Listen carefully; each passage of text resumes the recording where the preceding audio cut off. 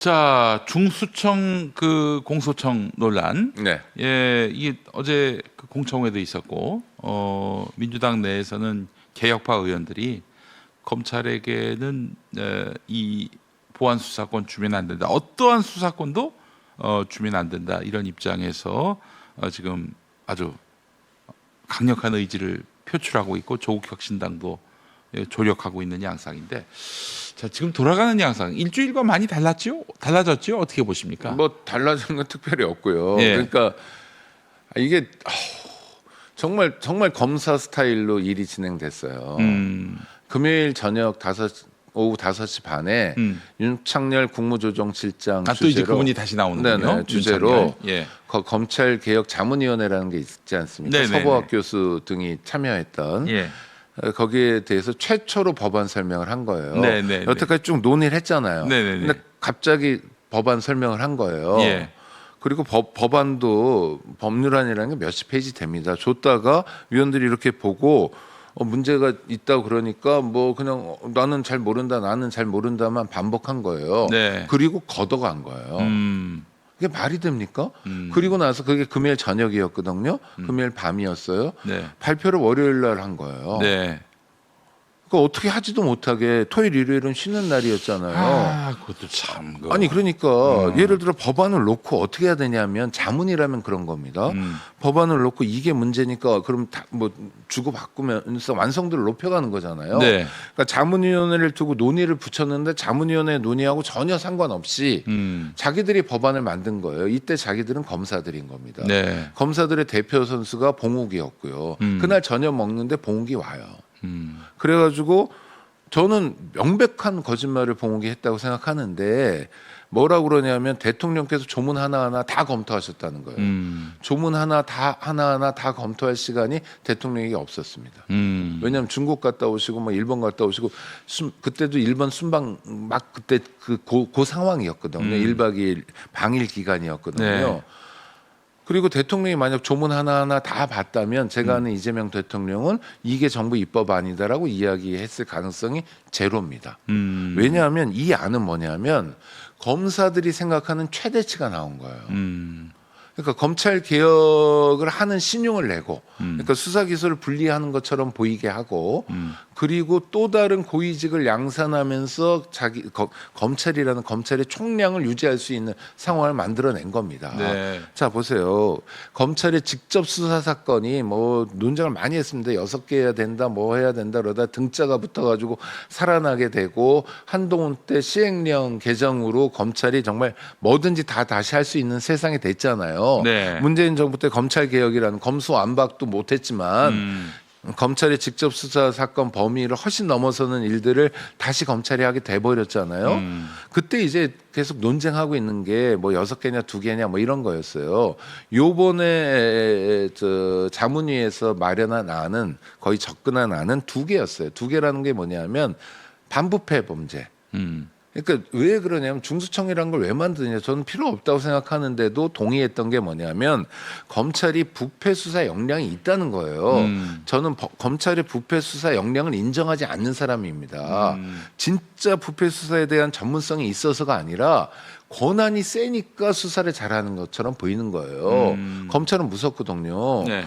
수사와 기소를 한 손에 쥐고 있으니까 예. 재벌 회장이든 무슨 국회의원이든 불러다 족치면 예. 그냥 술술술 자백해요. 검찰의 힘으로. 그렇잖아요. 대장동 사건 만들어내는 거 봐요. 자기가 뒤가 구린 사람들은 뭐 아무나 다 그냥 이재명 노래를 하잖아요. 노래하게 만들어 버리잖아요. 예. 없는 죄도 만들어내는 게 검찰의 힘이잖아요.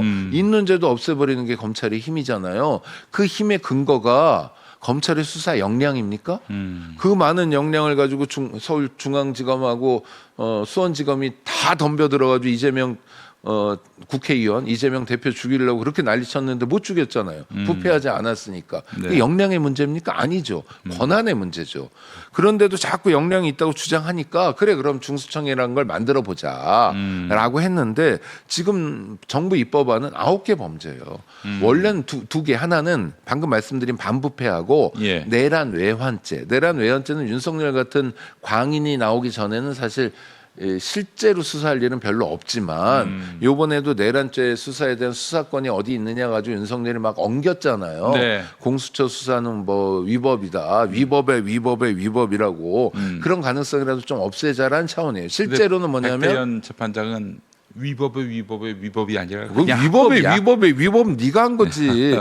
그런데 그래서 예. 그런 것도 안전장치를 우리가 만들어야잖아요. 그런 일은 없겠지만 또 45년 후에 윤석열 같은 괴물이 나오면 어떡하냐라는 거. 네. 그거 말고는 실제로 반부패 사건만 하라는 거예요. 근데 그걸 9개로 늘려놨어요. 무궁무진하게 늘려놓은 겁니다. 또 하나 검사들의 존재를 검사들은 여태까지 준사법이라고 그랬어요. 준사법은 뭡니까? 사법이 아닌 거잖아요. 근데 지금 사법을 자처하고 다녀요. 그래서 수사사법관이라는 걸 만드는 겁니다. 뭔가 굉장히 그러니까 자기들이 입직부터 상급이잖아요. 이런 특별한 대우를 계속 유지하는 걸 만들어 놓은 거예요. 지금 검찰의 목표는 뭐냐면 이재명 정부 5년 동안은 착한 검찰로 살 겁니다. 네. 왜냐하면 이재명 대통령은 김대중 대통령과 더불어서 검찰에 의해서 가장 많은 상처와 고난을 당한 분이기 때문에 이가 갈리는 분이죠. 네, 사실. 분이기 때문에 예. 어떻게 하질 못해요. 순한 양처럼 있어요.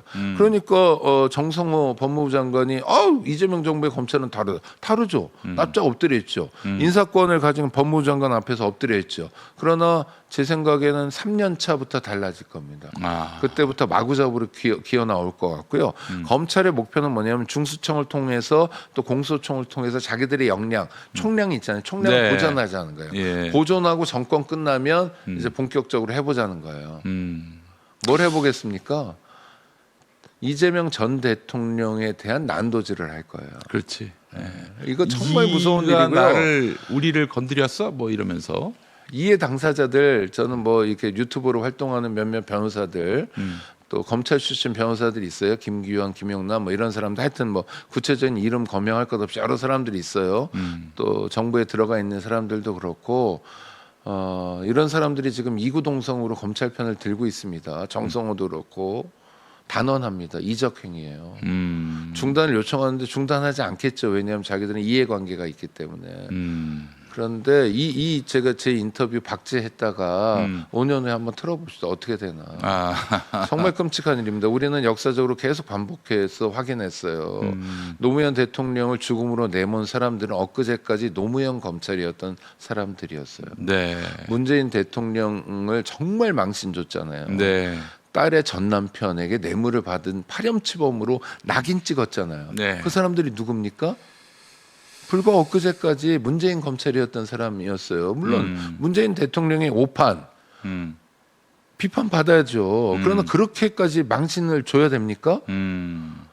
노무현 대통령이 확실한 검찰 개혁 못한 잘못 있어요. 근데 노무현 대통령이 어떤 분이냐면 최초로 검경 수사권 조정을 시도했던 분이에요. 그랬죠. 저 그때 위원으로 참여하기도 했어요. 젊은 예. 나이에. 네. 검사들에게는 경찰관들하고 같이 앉아가지고 무언가를 논의하는 것 자체가 모욕적이었어요.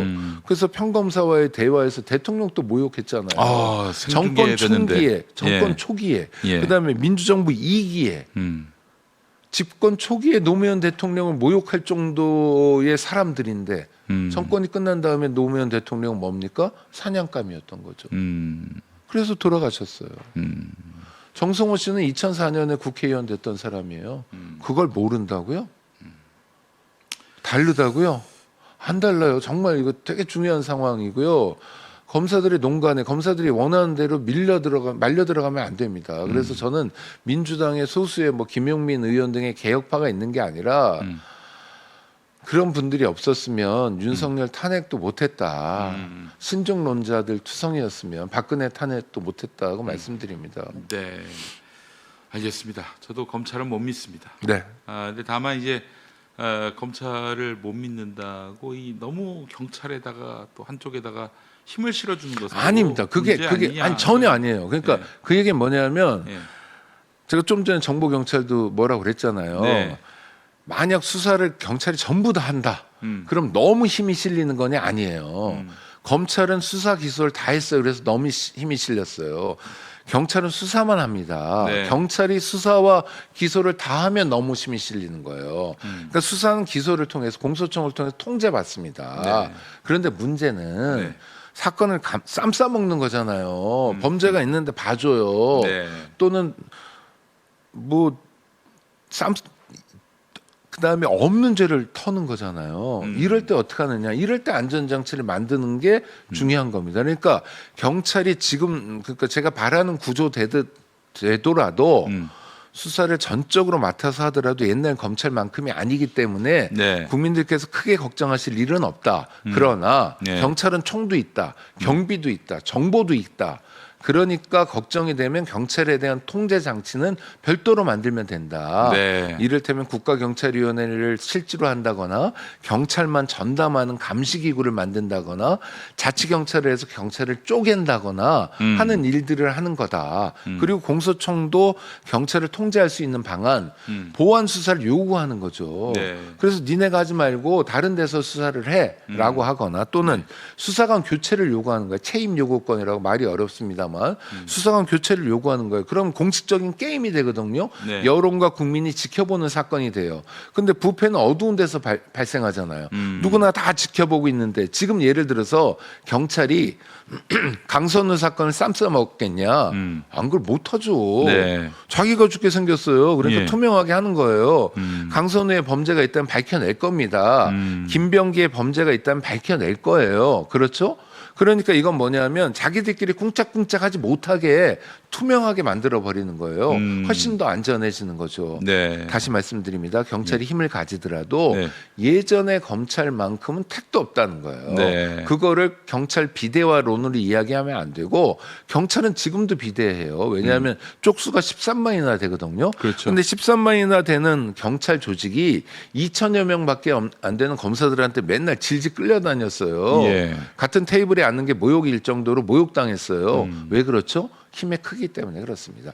권한은 집중될 때 문제가 있는 거지 네. 수사와 기소를 분리하면 굉장히 많은 문제를 해결하고 극복하게 되는 겁니다. 네.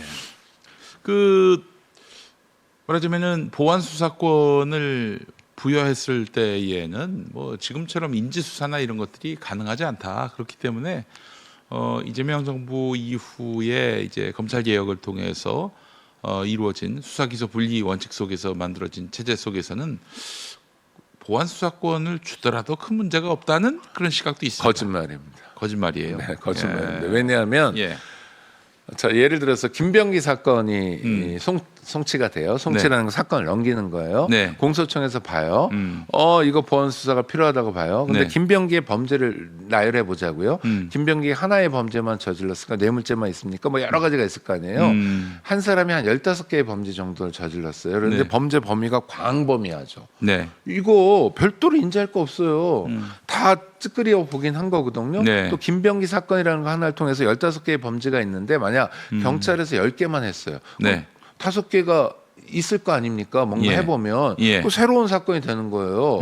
이건 별건입니까? 아닙니까? 뭐 이런 유치한 논란이 되는 거예요. 네. 그러니까 사건이라는 건 뭐 뭐든지 만들어낼 수 있는 거예요. 보안 수사권. 그러니까 수사권이 중요한 거지. 한쪽에는 수사권을 주자는 거고 보안 수사권은 한쪽에는 수사권은 주지 말고 요구할 수 있는 권한, 수사에 대해서 트집 잡을 수 있는 권한을 주자는 거예요. 이건 하늘과 땅 차이입니다. 네. 그러니까 뭐 별건 수사를 못한다, 뭐 인지 수사를 못한다, 뭐 별도의 규정이 있어야 된다, 다 거짓말이고요. 보안 수사권을 주는 순간 요술방망이를 주는 겁니다. 뭐든지 얼마든지 할 수 있어요. 어쨌든 수사권을 주면 안 된다. 이런 차원에서 그러니까 검찰청이 2개 생기는 데다가 지금 공소청은 옛날에 검찰청이 되는 거예요. 네. 그럼 검사들 입장에서는 뭐 차관급 고위공직자 자리만 훨씬 더 많이 늘리고 더 많은 인력과 더 많은 예산을 가지고 더 떵떵거리고 이재명 정부만 끝나면 옛날에 검찰 왕국을 다시 재건할 수 있는 거죠. 이거의 1등 주자가 봉욱인 거예요. 네. 과거의 검찰로 갈 수 있게 하는 길을 막아야 하고 또한 퇴임 후 이재명 대통령에 대한 정치 보복을 못하도록 막아야 지금 하고. 법무부 사람들이 얘기하는 대로 되면 과거의 검찰보다 센 검찰이 됩니다. 아 그래요? 그럼 도리어 셉니까? 아니 공소청이 수사권도 가지고 있잖아요. 그래서 중수청이라고 다른 별도의 조직을 갖고 있잖아요. 네. 중수청이 뭐냐면 옛날에 대검 중수부가 폐지됐어요. 워낙 네. 못된 짓 많이 해가지고 박근혜가 국민들한테 좀 예쁘게 보이려고 한 거예요. 예. 지금 대검 중수청이 없잖아요. 아니 대검 중수부가 없잖아요. 중앙수사부가. 진작이 없어졌죠. 대검 중수부가 했던 짓이 노무현 대통령 주공로 내몬 거였잖아요. 근데 근질근질해 죽겠어요. 중수부를 통해서 뭔가 하고 싶었는데 네. 그래서 중수부를 행안부에 갖다 놓는 게 중수청 모델이에요 지금. 예. 그러니까 옛날에 대검 중수부가 그거는 청 밑에 하나의 부거든요. 검사장이 부장이었어요. 그거를 공소청장하고 같은 직급의 중수청을 만드는 중수부를 훨씬 더 몸집을 키우는 검사들의 그동안의 꿈이 지금 실현되는 순간인 거예요. 정부 입법안이 그대로 통과되면. 이게 말이 됩니까? 이거 쿠데타예요. 알겠습니다. 쿠데타라고까지 아니 정말요. 말씀하셨어요. 예. 그리고 그 사람들이 쿠데타에 동조하는 거예요. 엄청난 일이 진행되고 있는 겁니다. 예. 그래서 그 조이대 내란 과정에서 정말 내란을 막았던 서박 교수님도 정말 호소하고 다니잖아요. 지금 이렇게 하면 안 된다. 3년 후부터 벌어질 일을 봐라. 저희가 이거 계속 예언했던 거예요. 노무현 정권 때도 그랬고 매번 그래요. 국힘 정권은 좀 덜해요. 네. 왜냐면 이해를 같이 하고 겹치는 게 그렇지. 많기 때문에 워낙 국힘 정권은 악당같으니까. 윤석열 정권 다르죠. 윤석열 정권 마지막 순간까지 심무정이가 윤석열이가 어떻게 했습니까? 충성을 다했잖아요. 탈옥을 도왔잖아요. 네. 그건 국힘 정권 얘기죠. 그건 검찰 독재 정권 때 얘기죠. 이재명 정권 다릅니다. 네. 조금의 빈틈만 보이면 파고들 거예요. 그것도 아주 야비하게 또 예리하게 네. 집요하게 예. 못 견딥니다. 예, 알겠습니다. 자, 시간이 많이 지나서 네. 오늘 여기까지 얘기 들어야 될 것 같은데 이 점까지 감안을 해서 이 문제가 없는 빈틈이 없는 이 검찰 개혁안이 만들어져야 한다 이런 말씀으로 오늘 우리가 그 취지를 받아들일 수 있을 것 같습니다.